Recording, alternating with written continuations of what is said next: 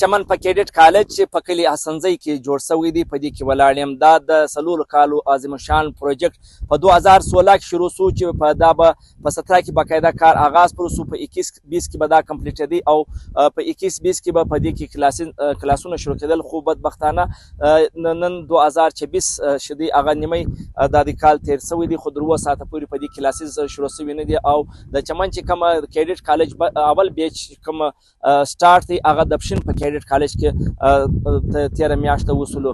دا پر 280 ایکړه محیط ځمکه باندې د چمن کیډټ کالج چې دی کار شروع شو. په 2016 کې دا پروجیکټ شروع شولو چې در اوسه ساعته پورې شروع. د دې پروجیکټ ټیکدار حاجي صوبت خان اسکزی زما سره ولاړ دی. اسکاله کې څه د پڼې شروع لې په ما بینس کې بیا د ګرانۍ شروع لې څه سلیکټ سیزن په دې کې راځي خامخا 3 میاشتې په کال کې کار بندیږي د موسم د وجې، او بیا دا 2-3 کاله چې لکه زموږ انجینیر صاحب چې تاسو ته وویل چې د امن او امان مستراله لیبر څه په تکلیف اوس هم موږ تقریبا که 50 لیبر لپاره کرایه استولې ده، لیکن په دې کې 10 راغلي دېرش اوس هم نه دي راغلي. نو زموږ امید دی چې اوس راسي او بله انشاءالله که خدای کوله پر کال به انشاءالله که زموږ کوشش دی او زموږ کار د بعضې کارونه زموږ د تاسو وکتل چې کوم دی د کلاسونه دي یا هاسټل دی یا ایډمن بلاک دی یا اکیډمیک بلاک دی یا کوم 10 دانې 11 دانې ریزیډنشل بنګلې چې دي هغه تقریبا پر تیارېدو پر اخري سټیج دي. مطلب هغه کې دا د بجلي فیټینګ هم وشروع سو، لایټونه مایټونه او پنکې منکې الماریان هم پر کمپلیټ کېدو، د رنګ روغنې هم تقریبا موږ په فاینل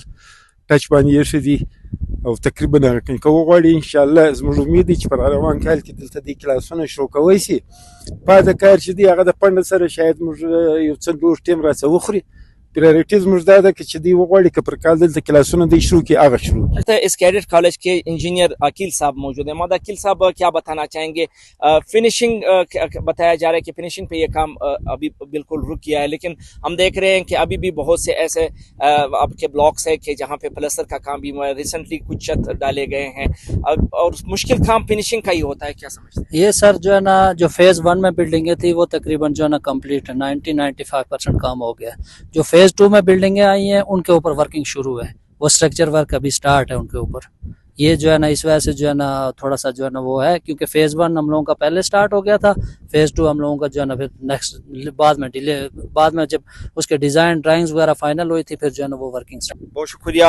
دا اوس موږ سره د دې کیډټ کالج ټیکدار حاجي صوبت خان او د داسې انجینیر عقیل صاحب چې دوی دا زیاته کړ چې د دې کوشش دی چې د جون چې دوی کم از کم دغه د کالج تیار کړي چې پر روان کال د پاره چې دی هغه ابتدایي چې کوم کلاسونه دي هغه په دې کې شروع سي.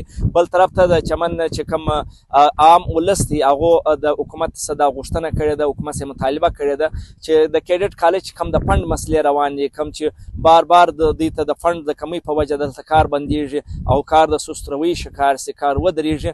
د دې پوري تور د کیډټ کالج لپاره فندونه جاری کې وجه دا ده چې دلته وخت هم ډیر تیر شوی دی، 10 کال د دې عظیم شان پروجیکټ کېږي چې در اوسه پورې کمپلیټ شوی نه دی.